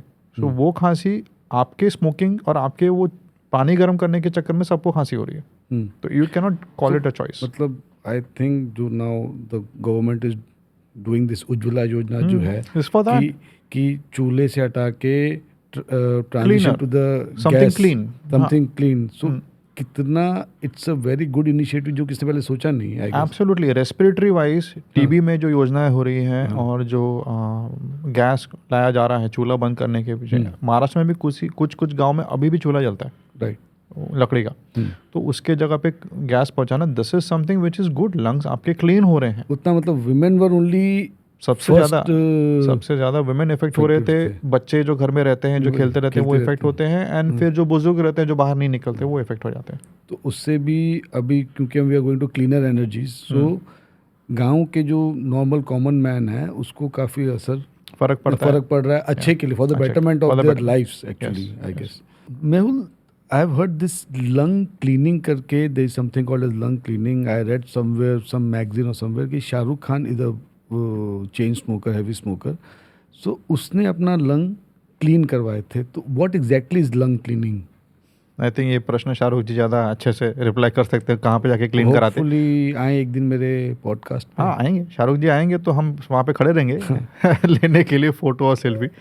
लेकिन सी लंग क्लीनिंग आपके, जब हम ऑपरेट करते हैं, I do something in endoscopy of the lungs from the side. Okay. तो हमें लंग्स बाहर से दिखता है और इतना कार्बन दिखता है ना लंग्स में, जो हम सांस में अनफॉर्चुनेटली इनहेल कर रहे हैं, वो सबको क्लीन नहीं किया जा सकता. What lung cleaning means is, I am guessing now, I don't know where he goes, मैं उनका डॉक्टर नहीं हूँ तो मुझे नहीं पता.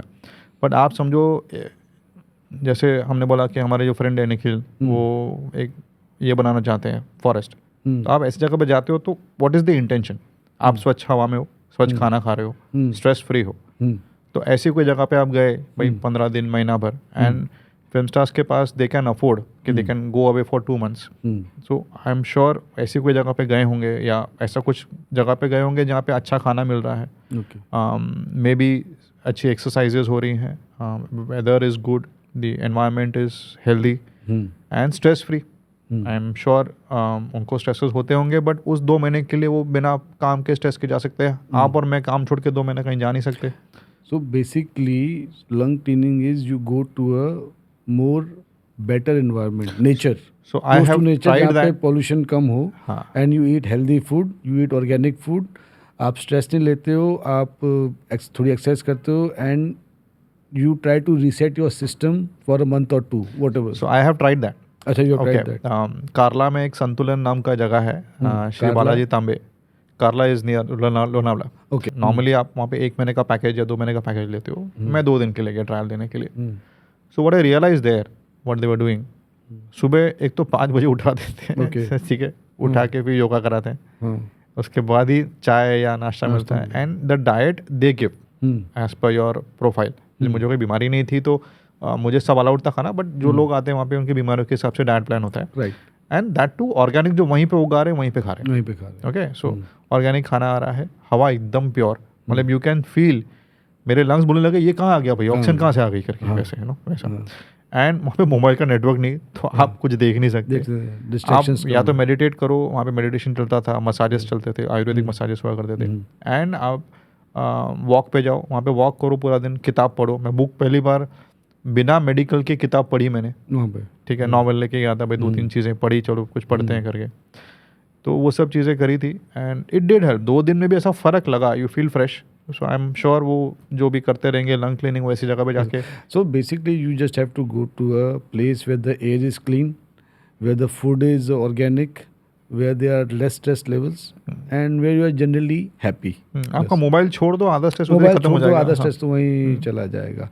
कैन यू सजेस्ट सम कोई घरेलू नुस्खा, जो बोलते हैं दादी माँ का नुस्खा, कि हमारी लंग की हेल्थ क्या है, जो हम कुछ गेज कर सकते हैं घर बैठे बैठे? ये एक तरीका है जो कोविड में लोग करते थे, भाई आप कितना सांस रोक पा रहे हो, ठीक है, एक तरीका। अब उसमें वो बहुत क्रूड मेथड है। दूसरा एक मेथड आता है, एक पीक फ्लो मीटर बोलते हैं। ओके। जैसे हम डायबिटिक पेशेंट्स को बोलते हैं आप चेक करो, प्रिक मारो, चेक कर लो भाई कितना शुगर है घर पे। तो पीक फ्लो मीटर जो होता है उसमें आप फूक मारते हो, आपके हाइट, वेट और एज के हिसाब से एक चार्ट मिलता है, वो ऑनलाइन अवेलेबल है किधर भी।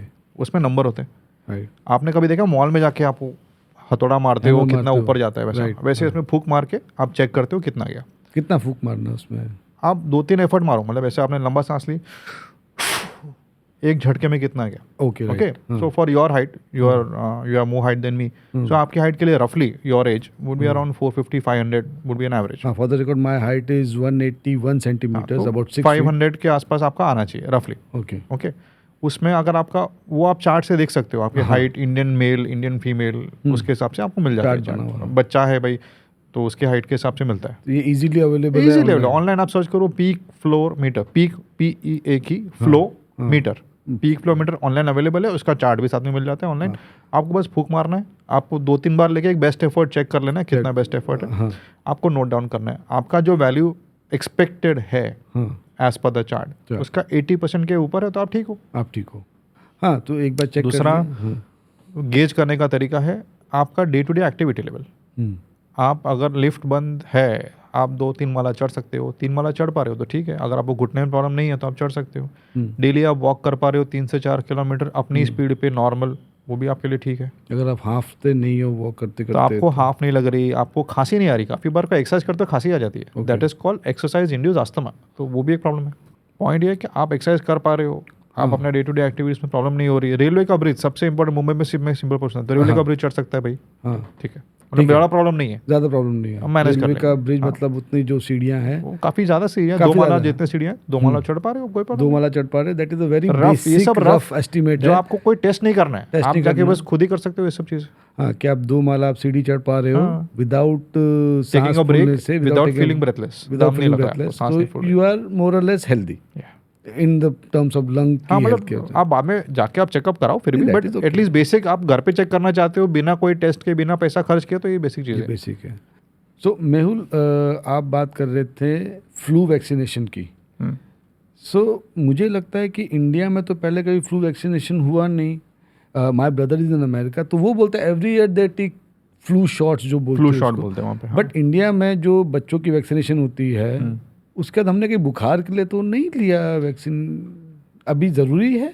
Let me put it this way, कोई भी आप वैक्सीन लेते हो, चाहे वो गवर्नमेंट BCG का वैक्सीन देती है बच्चा पैदा होते ही, BCG मतलब टीबी के लिए प्रिवेंटिव, यहाँ पे लेफ्ट आर्म पे, हाँ ठीक है, वहाँ पे देती है, एंड लेफ्ट में इसके देती है क्योंकि राइट में पहले स्मॉल पॉक्स से दिया जाता था, इसके लिए बाय कन्वेंशन लेफ्ट में देते हैं। और बच्चों के वैक्सीन का शेड्यूल होता है कि भाई DPT दे दिया, वो दे दिया। कोई भी वैक्सीन काम क्या करता है कि आपको वो बीमारी से होने के चांस कम कर देगा जो बीमारी का आप ले रहे हो, और अगर बीमारी हुई भी तो माइल्ड होगी। आपकी इम्यून सिस्टम के पास मेमोरी होती है, भाई आपने पुलिस को चेहरा दिखा दिया कि ये चोर है भाई, इसको मारना है, हाथ में सामने आ जाए तो मार देना है, ठोक देना है, तो ठोक नहीं देना है, मारना है, व्हाटएवर। यूपी में तो ठोक ही देते हैं। कई जगहों पे ऐसा होता है। अगर देखा जाए तो स्पेसिफिकली मेट्रोज में फ्लू बहुत कॉमन है। नॉर्मल फ्लू सर्दी की तरह चला जाएगा, राइनो वायरस की तरह, बट जो फ्लू वायरस, अगर आपकी इम्यूनिटी कम है, अगर आप एसेंशियल वर्कर है, like you were telling me कि आप मरीन इंजीनियर हो तो आपको शिप पे जाना पड़ता था, तो आप एसेंशियल वर्कर बन जाते थे ड्यूरिंग कोविड टाइम। वैसे हम फ्रंटलाइन वर्कर्स हैं, हमको हम जैसे लोगों को फ्लू वैक्सीन लेना चाहिए, अस्थमा पेशेंट्स को लेना चाहिए, अगर आप हार्ट पेशेंट हो, किडनी ट्रांसप्लांट पेशेंट हो, या आपकी इम्यूनिटी वीक है, डायबिटीज़ पेशेंट हो, तो आपके लिए वैक्सीनेशंस पूरी तरह के आते हैं। फ्लू और निमोनिया का वैक्सीन हम लंग्स के लिए देते हैं ताकि वो पेशेंट को सेफ्टी रहे। अब ऐसा नहीं है कि नहीं लेंगे तो बीमारी पड़ने वाले हैं। ये तो आप ऐसी बात होगी कि आप छतरी लेके जाते हो, छतरी से भी भीगते तो हुई, आप भीगते तो हुई, फिर भी छतरी तो लेते ही हो। बल्कि नहीं, अब मेरा मतलब है कि अभी बहुत एड्स आ रही हैं कि डराने के उससे, इट इज़ नॉट कि आप नहीं ले रहे, उसमें ऐसा है कि आपके बच्चे को ये हो जाएगा, वो हो जाएगा, आपको छोटा, पहले तो हमको बुखार होता था 2 दिन 3 दिन में बुखार उतर जाएगा, ओके। नाउ अभी ऐसा जो मैं ऐड सुन रहा हूँ या जो वैक्सीन, जब फ्लू की जो वैक्सीन आ रही है उसमें दे आर टेलिंग कि अगर बुखार हो गया तो it will go on to this and फिर ये हो जाएगा। तो और पेरेंट्स नाउ, आज के parents are being over protective, वो सारे इंजेक्शन लगा देते हैं अपने बच्चों को, दे डोंट वांट, तो उससे इम्यूनिटी कम नहीं होती। सो ये बहुत ही इंटरेस्टिंग कंसेप्ट तुमने उठाया, उसको हम हाइजीन हाइपोथेसिस बोलते हैं। अच्छा, हम मिट्टी में खेलें, हाँ, हमारे पेरेंट्स ने कभी परवाह नहीं की, राइट, हाथ कट गया, गिर गया, किधर चोट लगी है संभाले। हाँ, मेरा भाई और मैं तो रेसलिंग देख देख के एक दूसरे को उठा के पटकते थे। अरे स्टडी ऐसे बोला कि बच्चे मिट्टी खाते हैं तो उनकी इम्यूनिटी बढ़ जाती है। वही हाइजीन हाइपोथेसिस है कि अगर आप जो इन नेचुरल एनवायरनमेंट्स, अभी तो मिट्टी भी बहुत ज़्यादा ख़राब है, बट तभी अपने टाइम पे, अभी हम इतने बुढ़े भी नहीं हुए, बट फिर भी 20 साल पहले की बात कर रहा हूँ, तो जो हम खेलते थे, हम एक दूसरे को इन्फेक्ट करते थे, मुझे सर्दी हो गई, तुमको हो गई, परवाह ही नहीं थी, हमारी इम्यूनिटी अच्छी थी, हम अच्छा खाना खाते थे। लेकिन वो बैक्टीरिया का बार बार एक्सपोजर होता था, मिट्टी के वजह से बहुत सारे और जंतु लगते थे, एंड हमारी इम्यूनिटी काफ़ी स्ट्रांग हो जाती थी। अब अगर किसी को बबल में पैदा करो, उसको बबल में रखो पूरी ज़िंदगी भर, हर चीज़ से बचा के रखो, वो इंसान आगे जाके ज़्यादा बीमार होने ही वाला। जैसे आजकल के घर में एसी है, स्कूल बस में जाते एसी है, फिर आप उसमें क्लासरूम में बैठे एसी है, वापस ट्यूशन गए, स्कूल सिलेक्शन में देखते हैं यहाँ का एसी अच्छा नहीं लगा हमें। ये एक और रिसेंट स्टडी आई कि because the kids are in AC all the time and they are expose to जो CO2 है, जो बिकॉज इंटरनल एयर ही जा रही है, तो इट इज़ मेकिंग देम डल। क्योंकि अभी जब बच्चे स्कूल जाते, हम कितने एनर्जेटिक थे, हमारे स्कूल में तो कभी एसी था नहीं, खैर कभी नहीं था। तो हम इतने बाहर जाके इतने एनर्जेटिक होते थे। आजकल के बच्चे, I don't have kids right now, you have a kid, so वो इतने डल आ रहे हैं। तो is it because of the AC, या बच्चे को बाहर खेलने नहीं दे रहे, या उतनी आउटडोर एक्सपोजर नहीं मिल रहा है?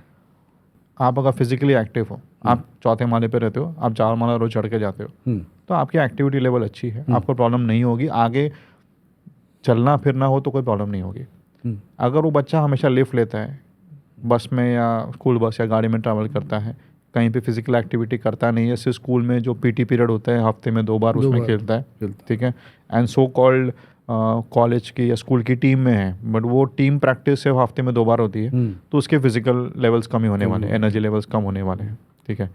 मतलब हमारे इसमें जोक होता है कि गुज्जू आदमी ज़्यादा एक्सरसाइज नहीं करता, करेक्ट, बरोबर, दिमाग की एक्सरसाइज ज़्यादा करता है ना, दिमाग की एक्सरसाइज ज़्यादा करता है, उसको ज़्यादा चलने को बोलो चलेगा नहीं, बट गरबा 2 घंटा बेलो साला हरामी कर लेगा, बैठ के पूरा गरबा खेल लेगा, एक चलेगा नहीं, रिक्शा चाहिए, गाड़ी चाहिए, गरबा खेलेगा और रात को 10 बजे जाके स्ट्रीट फूड सारा खा भी लेगा और कुछ नहीं होगा उसको, कुछ नहीं होगा। लेकिन ये चीज़ अपने बच्चे नहीं कर सकते। भाई parents are not allowing them कि मत यार, नहीं तू मत खा, बिकॉज हमने वो किया है। अरे यार क्या, मैं भी तो गुजराती, मैं तो करता ही हूँ, बाहर खाते ही है, सब एक्सेप्शन तो होते ही है ना। नहीं तो अलाउ इन द सेंस के थोड़ा डर रहता है, क्योंकि इनफैक्ट हमारे बिल्डिंग में ही, अभी हमें ये तो बहुत ज़्यादा कॉन्ट्रोवर्शियल चीज़ बोलने वाला हूँ, हमारे बिल्डिंग में ही 3-4 लोग रहते हैं जो APMC मार्केट जो अपने यहाँ पे है, वहाँ पे बहुत बड़े वेंडर्स हैं फॉर मसाला एंड काजू and all those things and all, and they से के अभी आधे से ज़्यादा माल मिक्सिंग वाला आता है, तो हमें खुद को डर लगता है कि भाई जो चीप ऑप्शन है, वेंडर तो रोड साइड वेंडर तो चीप ऑप्शन ही लेगा, अब वो चीप ऑप्शन में मिक्सिंग वाला कुछ डाल रहा है कि ओरिजिनल डाल रहा है पता नहीं, इस चक्कर में ऑर्गेनिक चीज़ें आ गई, बट ऑर्गेनिक भी कितना ऑर्गेनिक है किसको पता, नो वन नोस। तो इसके लिए so as a doctor parent so क्या एडवाइस दोगे नॉर्मल पेरेंट्स को कि जो थोड़े डर रहे हैं? कि पहला तो है कि बच्चों को खेलने दो, let them go out and play, they have to go out. अच्छा, हाँ, खेलने दो नहीं, खेलने के लिए धक्का मारो, हाँ, क्योंकि विटामिन D भी आई गेस नहीं मिलता है, कुछ ही नहीं मिलता है, तो बच्चे खेलेंगे तो ही तो, हाँ, फर्स्ट ऑफ ऑल खेलते हैं तो बॉन्डिंग होती है, राइट, फ्रेंडशिप डेवलप होती है, आपको सोशल स्किल्स डेवलप होते हैं। भाई मार के आएंगे, मार खा के आएंगे, फिर जाके हाथ जोड़ेंगे और दोस्ती करेंगे। ठीक है। दूसरी चीज़ होती है, they get expose to lot of other things, they learn how to live in a community, and physically and mental development होता है। ठीक है। सो वो पूरा दिन स्क्रीन के सामने रहेगा तो मेंटल डेवलपमेंट तो होने से इम्यूनिटी बूस्ट होती है। इम्यूनिटी बूस्ट होती है, आपको इन्फेक्शन होने वाला है। बाहर जो बच्चे खेलने जाते हैं वो बीमार पड़ते हैं। ठीक है। अगर बहुत ज़्यादा बीमार पड़ते हैं, बहुत ज़्यादा बीमार पड़ रहा है तो अलग चीज़ है। ठीक है। थोड़ा बहुत बीमार तो पड़ेगा कोई भी बच्चा, हम भी तो बीमार पड़ते थे। अरे आप खुद सोचो, आप खुद कितना बीमार पड़ते थे। तो इम्यूनिटी बूस्ट होगी, आपकी सोशल स्किल्स डेवलप होंगे, हो जाएंगे, एंड फिजिकल एक्टिविटी, आप फिजिकली एक्टिव हो जाते हैं, मोर हेल्दी रहोगे। एंड जस्ट टू रिट्रेट एक बार वापस से कि अगर किसी बच्चे को अस्थमा है but still he can go out and play and live a full life. Absolutely. Asthma बच्चों में, मैंने किसी पेशेंट को बोल दिया ना, मतलब हमारे में तो ये चलता है कि अगर आपने अस्थमा बोला कि पेशेंट डॉक्टर बदल देता है। अच्छा। ठीक है। पंप दिया कि वहीं उठ के भाग जाता है। नहीं, इसकी आदत तो नहीं पड़ेगी। हाँ। अरे यार, आदत तो नहीं पड़ेगी मतलब अभी तुम जब मॉस्किटो कॉइल घर पे लेके आते हो, वो धुआं उसको सूंघा रहे हो, तुम खुद स्मोक करते हो, धुआं उसको सूंघा रहे हो। ठीक है। वो खांस रहा है बेचारा, उसको अस्थमा है, तो डायग्नोसिस एक्सेप्ट करो। एक्सेप्ट करो और दवाई लो। एंड इनहेलर आपको अगर पैर में लगा, पैर दर्द हो रहा तो सबसे पहले तो आप कुछ ऑइंटमेंट लगाते हो ना कि भाई दर्द चला जाए, फिर आप गोली खाते हो। गोली पेट में जाएगी, ब्लड में जाएगी, फिर जॉइंट में जाएगी। Same for lungs. तो आप इनहेलर से डर रहे हो, आप इससे डर रहे हो। आदत कोई चीज़ की नहीं होती। आदत चाय की होती है, स्मोकिंग की होती है, दारू की होती है। मुझे चाय नहीं मिले सुबह हेडेक हो जाता है। ठीक है। फैक्ट फॉर मी, सेम अपने लिए, क्योंकि हमें चाय की आदत है, वो हमारे ब्रेन को इफेक्ट कर रही है। अस्थमा का इनहेलर ब्रेन को इफेक्ट करता ही नहीं है, तो फिर कहाँ से आदत होगी? नहीं आदत। तो आप अस्थमा के डायग्नोसिस को एक्सेप्ट करो, है तो है, ट्रीट करो। अगर आपको रिस्क फैक्टर है, आप स्मोक करते हो तो आपको चेकअप कराना चाहिए। आप डायबिटिक हो, आपको चेकअप कराना चाहिए। आपके फैमिली में कुछ हिस्ट्री है, कुछ कैंसर्स जेनेटिक होते हैं, कुछ बीमारियां जेनेटिक होती है, तो आपको चेकअप कराना है। ऐसे ही उठ के भाई जाके मैंने फुल बॉडी चेकअप कराया, does not make sense. Preventive health care इसको बोलते शायद। प्रिवेंटिव का डायरेक्शन होना चाहिए। जैसे अभी आपने गवर्नमेंट फ्री ट्रीटमेंट दे रही है टीबी का, मैंने कहा। ठीक है। तो वो डायरेक्शन से दे रही है ना, ऐसा थोड़ी कि हर बीमारी में फ्री ट्रीटमेंट दे रही है। जहाँ पे फायदा हो रहा है पब्लिक हेल्थ का, वहाँ पे दे रही है वैसा। हाँ, तो TB is a very, TB जो है ये बड़ा पब्लिक हेल्थ स्केयर है ना। Yes, it is. Yes. Can it turn into a pandemic जैसे रहता है? It will not turn into a pandemic. It is already there in since ages. अभी 10 से 5,000 साल पहले की मम्मीज में भी टीबी निकला है, तो है ही है। क्या बात कर रहे हैं? सच में? मम्मीज को कौन टेस्ट कर रहे हैं वहाँ पे? क्या पता कौन टेस्ट कर रहा है, क्यों कर रहे हो, पैसा कहाँ से आ रहा है? हमें तो टीबी क्यों टेस्ट हमारे पास बहुत पेशेंट है, कुछ और टेस्ट करें ना, टीबी टेस्ट कर रहे हैं। तो टीबी टेस्ट गवर्नमेंट ने, WHO ने, वर्ल्ड हेल्थ ऑर्गेनाइजेशन ने बोला कि 2030 तक टीबी को एलिमिनेट करना है। अच्छा। तो हमारे माननीय मोदी जी ने कह दिया कि नहीं, आपका टारगेट है 2025। अच्छा, अपना 2025 है। अभी हमारा 2025 हो गया। ओके। तो हमको तो फिर कुछ करना पड़ेगा। तो फिर इसके लिए all the funds are given ताकि डायग्नोसिस हो। अच्छा काम हो रहा है, वो अच्छा काम हो रहा है। आर वी उधर जा अग्रसर हैं कि 2025 नहीं तो 2027 28 कुछ तो होगा, कुछ तो हो जाएगा। कुछ टारगेट है। Aim for the moon, you land in the stars. Again coming to, sorry, ये जो यूट्यूब इतनी मेडिकल एडवाइस जो आजकल मिल रही है, यूट्यूब वीडियोस हो, हम भी एक मेडिकल एडवाइस कर रहे हैं। कितना प्रतिशत हम इसके ऊपर ट्रस्ट करें? नहीं कर सकते हो। मैंने भी जो चीज़ कही है, आपको जाके खुद का रिसर्च करना है उसके ऊपर। नहीं, खुद का रिसर्च तो करेंगे, वो भी सब सही निकला, but still you have to go to the doctor कि मुझे ये। तो काफ़ी मरीज हमारा नॉलेज चेक करने के लिए आते हैं। हमने तो देख ली, हमें खांसी हो रही थी, हमने ये दवा ले ली, अच्छा ये करो, हाँ हमने वो भी कर लिया, हाँ टेस्ट ये रहे मेरे सारे, तो आया क्यों, मेरी कुर्सी पे बैठ गया फिर। लेकिन अगर वो टेस्ट सही है तो मैं भी उसका IQ होगा 200, हो सकता है IQ हो, सारे शेल्डन कूपर होंगे, क्या पता, आइंस्टाइन होंगे सारे। बट अभी डॉक्टर का हमारे मतलब ये मैं स्टैंडर्ड में यूज़ करता हूँ कि हमारा नॉलेज चेक करने के लिए आते हैं लोग। ठीक है, हमने ये दवा भी खा ली, हमने वो भी खा ली, हमने तो फिर आया क्यों है यहाँ पे? सही बात। एक मरीज मुझे बोला कि मैं बोला तो फॉलोअप डेट तेरा मई का था, तो जून में आ रहा है। नहीं, मैं बीमार था सर, मुझे खांसी हो गई थी। तो मैं बोला तो फिर मेरे पास क्यों आया, मतलब खांसी का डॉक्टर हूँ ना, तो खांसी हो तो मेरे पास आना चाहिए था। बोले नहीं, मैंने घर पे फिर वो केमिस्ट से दवा लेके मैं ठीक हो गया, इसके लिए मैं अभी आया। इंडिया में ये बहुत है कि फर्स्ट जो डॉक्टर है हमारा वो केमिस्ट ही है, केमिस्ट है या भाई है या नेबर है। भाई तो नेबर है, लेकिन अगर कुछ थोड़ा सा भी कुछ है, सबसे केमिस्ट का जाओ, अपने सिम्टम्स बताओ, chemist is half doctor I guess. Ideally वो लोग को ट्रेनिंग दी जानी चाहिए, मतलब वो डिग्री वाले जो होते हैं ना, नहीं, but उनको degree थोड़ा वाले बहुत तो आता है। फार्मा वाले होते हैं ना, हाँ, वो डी फार्म बी फार्म वाले होते हैं, उनको जेनुअनली थोड़ा बहुत आता है। हाँ। उनको क्या आता है कि ये दवा का साइड इफेक्ट क्या हो सकता है, हाँ, रफली ये दवा ये बीमारी में काम आती है। काम आ रही है, लेकिन आपको वही दवा देनी है कि वो ट्रेनिंग उनको नहीं है। नहीं देनी, मे बी 20-30 साल वो फील्ड में रहने के बाद थोड़ा बहुत नॉलेज आ जाता है नॉलेज उनको, आ बट जाएगा, आप एक्सपीरियंस बेस वो ऑब्वियसली मानना पड़ता है। हाँ, ये दवाई इस पे आ गई। To be on a funny note, हमने जब केएम में स्टिचिंग जब टाके लेते हैं, हाँ, मैंने किससे सीखा था, कोई डॉक्टर ने नहीं सिखाया था। हाँ। हम उनको मामा बोलते हैं जो वार्ड बॉयज और से, उन्होंने स्टिचिंग सिखाई थी। अब उनको तो कोई ट्रेनिंग नहीं थी, करेक्ट। लेकिन केएम में वो डॉक्टर 1000 मरीज देख रहा है, वो मुझे कहाँ सिखाने आएगा, मैं इंटर्न हूँ केएम में। तो वो मामा सिखाता था and he was very good, very good. हम उसको एचओडी मामा बुलाते थे, उनका हाथ बहुत अच्छा था हाँ, एंड उनके हाथ से हमने सीखा है। तो आपका एक्सपीरियंस डेफिनेटली काउंट करता है, ऐसा नहीं है कि अगर आपको एक्सपीरियंस है तो उसको नेगेट किया जाए, बट इसका मतलब ये नहीं है कि आप सिर्फ केमिस्ट से दवा लेके बैठ जाओ। Right, right. एंड ये जो टीबी की दवा है, तो ये ऑल कहाँ, if some people want to access it, तो कहाँ? सो सब you can directly go to the government centre.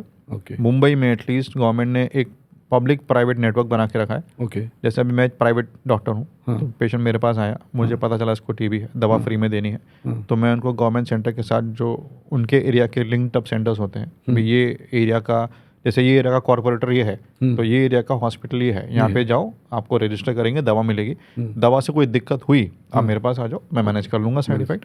तो ऐसे पब्लिक प्राइवेट पार्टनरशिप बोलते हैं हम उसको। गवर्नमेंट भी बोलती है भाई हमारे पास छोटी छोटी चीज़ों के लिए मत आओ, भाई 100 लोग खड़े लाइन में मत बैठो, आप प्राइवेट डॉक्टर के पास मतलब वो साइड इफेक्ट मैनेज कर लो, लेकिन दवाइयाँ हमसे लो। दवाइयाँ हमसे लो, okay. But this is a well defined structure, Yeah. बहुत 2014 स्ट्रीमलाइन है, 2014 से 10 साल हो गए उस चीज़ को, गवर्नमेंट अच्छा काम कर रही है इसमें, गवर्नमेंट टीबी में तो अच्छा काम कर रही है।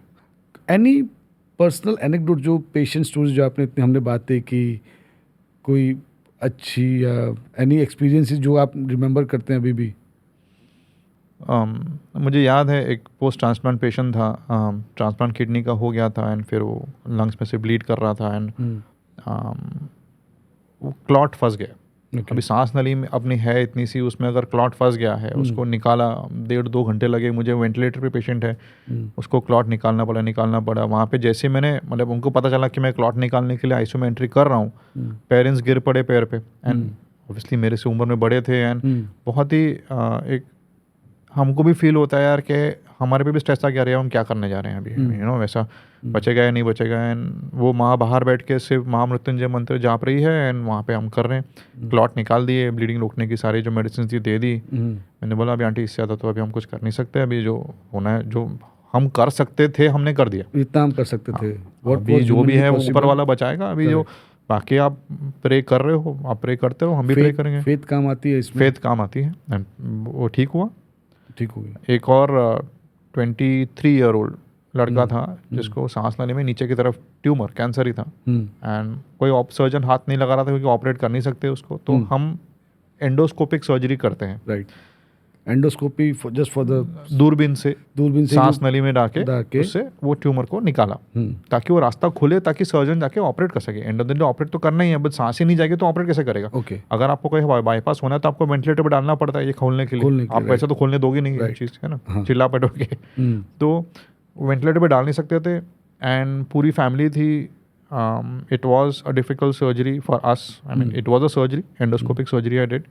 I obviously took help. It is a team work कभी भी. So team ने किया and I was the primary surgeon. We did it. And पूरा family पैर पे गिर गया. Okay. बच्चा बच गया. अच्छा. ठीक है. And that was an emotional moment for us. कि यार हमने तो अपना काम ही किया है, हमने कौन सा कुछ, मतलब this was supposed to be done. हमने कुछ मैजिक तो किया नहीं है, बट एक इमोशन जुड़ जाता है उसके साथ. As a family, they respect you then. उसको फिर जॉब लगी लड़के को, ठीक हो गया। उसके बाद उसकी माँ बताने आई थी जॉब लगी बोरीवली में, ऐसे वैसे, और हर साल आके हाई बोल के जाता था सिर्फ कि मैं ठीक हूँ, मिलने आया हूँ आपको सिर्फ। You feel good. एक साल वो आया नहीं, तो मेरा ठीक है चल अभी भूल गया रहेगा। लेकिन उसके जो टाइम पे वो आता था अक्टूबर महीने में, उसके कुछ 2 महीने बाद दिसंबर में या कभी, तो उसकी माँ आई। मैं बोला किधर गया हो? तो बोलता उसकी जॉब लग गई थी बोरीवली में एंड वो नाइट शिफ्ट थी उसकी, वो निकल रहा था, ट्रक ने उड़ा दिया उसको।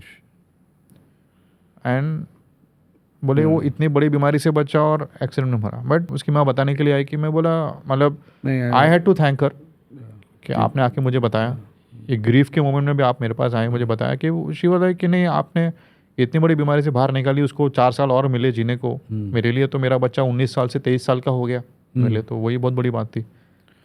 सही बात आई। So how did you handle your first death, मतलब पेशेंट की, जो हाउ वाज इट, मतलब? I didn't handle it well. अच्छा। नहीं। सो मैंने जहाँ पे पढ़ाई की जयपुर में, व्हाट एज वर यू तब? मैं वही बता रहा हूँ, जयपुर में था एंड फर्स्ट ईयर था। So I was maybe 24 years old, 24, ठीक है। एंड मेरी नाइट ड्यूटी लगी थी। तो जयपुर में सिस्टम ऐसा था कि वहाँ पे 300 बेड का चेस्ट हॉस्पिटल है, सबसे बड़ा चेस्ट हॉस्पिटल तभी के टाइम में वो हुआ करता था जयपुर में। हाँ, तो बहुत सारे मरीज होते थे, काफ़ी सीरियस भी होते थे, आईसीयू भी था। एंड तो फर्स्ट नाइट ड्यूटी में 11 डेथ्स हुई। ओह, 11। एंड वहाँ पे एक बड़ा सा एक पीला फॉर्म भरना पड़ता था। वो 11 डेथ्स अकेला हैंडल करना, it took a toll. Obviously staff होता है, सिस्टर्स सब एक्सपीरियंस होते हैं, हेल्प करते हैं। बिलीव इट और नॉट, मैं 11वें डेथ पे मैं रो पड़ा। रियली? हाँ, मैं बोला यार ये मेरे से नहीं होगा। और ये इतने डेथ सर्टिफिकेट साइन किए मैंने आज, एंड कोई सेंस नहीं बनता क्या फील्ड है हमारी। वे सिस्टर्स ने बिठाया मुझे वहाँ पे, जो हेड सिस्टर थी उनका नाम पुष्पा था। मैं उनका बहुत मस्ती करता था, क्योंकि वो जो डायलॉग था ए पुष्पा, हाँ, मैं तो फर्स्ट डे से उनको ए पुष्पा करके बुलाता था। उन्होंने चाय पिलाई, पानी पिलाया, बोला कि देख ये फील्ड ही ऐसी है, मेडिसिन में होता है। बहुत इमोशनल सपोर्ट किया, सारे स्टाफ आके बैठे मेरे साथ, मेरे सीनियर्स ने मुझे हेल्प किया। मैं सीनियर्स को बोला मैं छोड़ रहा हूँ, मैं डोमेट ले लेता हूँ, स्किन में कोई मरेगा नहीं। करेक्ट। मतलब मरते हैं उसमें भी, बहुत कम। हाँ, बहुत कम। ओके। ऐसा फील्ड नहीं चाहिए जहाँ पे हम ह्यूमन है, एंड ऑफ द यार कोई मर रहा है हमारे सामने, हम कुछ कर नहीं पा रहे तो क्या करेंगे। लेकिन वो फील्ड ऐसी थी, सारे 11 मरीज सिख ही थे और अनफॉर्चुनेटली डेथ होने ही वाली थी उनकी। सारे फैमिली को काउंसिल था कि भाई ये नहीं बचने वाले हैं। नॉन कोई कैंसर पेशेंट था, किसी के फेफड़े खराब हो रखे थे, फाइब्रोसिस बोलते हैं हम उसको, है नॉन, एंड किसी के टीबी के वजह से सड़ गए थे लंग्स। एंड उनको फैमिली को बताया हुआ था कि नहीं बचने वाले, अभी आज जाएंगे या 1 महीने बाद जाएंगे पता नहीं। एंड अनफॉर्चुनेटली सारे 11 उसी दिन चले पास अवे हुए, and it becomes difficult. So death MBBS में भी देखी थी, हैंडल किया था, बट वो time was very difficult. 11 deaths in 1 night in an 12-hour duty is too much. Every 1 hour you are declaring somebody, that's takes a toll. Mehul, it was a very informative chat with you. मुझे पता था कि हमारे group में तू ही सबसे अच्छा है। अभी मैं तू पे आ गया हूँ। मैं इतनी देर से आप बोल रहा था। Thank you so much. Thank you. जो इतनी इन्फॉर्मेशन, इतनी इज्जत से आज तक कभी बात नहीं करी है आपने हमसे। नहीं, तो अभी तो ऑफिशियली तो करनी पड़ेगी ना। ऑफिशियली करनी पड़ती है। मैं ऑफ द रिकॉर्ड अब देखते हो कैसे करता हूँ। जो किस्से हमने कॉलेज में और ट्रेन में। हाँ, आप सोमैया में थे, we were Somaiya together. We were together for 2 years, I guess, only. No? 2 years बस। नहीं, क्लासेस में थे, we were in the classes together. अरे बट 2 साल के पहले वो 11वीं की तरह 11वीं 12वीं की तैयारी थी। सोमैया में तो अभी तो काफी स्ट्रिक्ट हो गया है, हमारे टाइम में तो काफी फ्री हुआ करता था। अपने टाइम में तो फ्री था। खैर, we had the life of college. हम लोगों ने तो मजे भी किए, पढ़ाई भी करी साथ में। पढ़ाई तो आपने की, हमने तो की नहीं। अरे क्या है, हिंदी प्रोफेसर को पकड़ पकड़ के नहीं लाते थे, सर सिखाइए, हिंदी तो कविता सिखाइए, कविता की व्याख्या तो आनी चाहिए। व्याख्या तो आनी चाहिए, याद है व्याख्या? ऑफ कोर्स याद है। कवि क्या कहना चाहता है तो मुझे याद है। शिप से, आई डोंट नो आपकी बीवी को पता है कि नहीं, हमें आप शिप से लेटर लिखा करते थे कि शिप पे ये है, शिप पे वो किसी और दिन। And definitely will catch up again. Thank you for I hope हमारे व्यूअर्स को ये एपिसोड पसंद आया होगा and they would want to know more. Thank you so much. Thank you for calling. Thank you.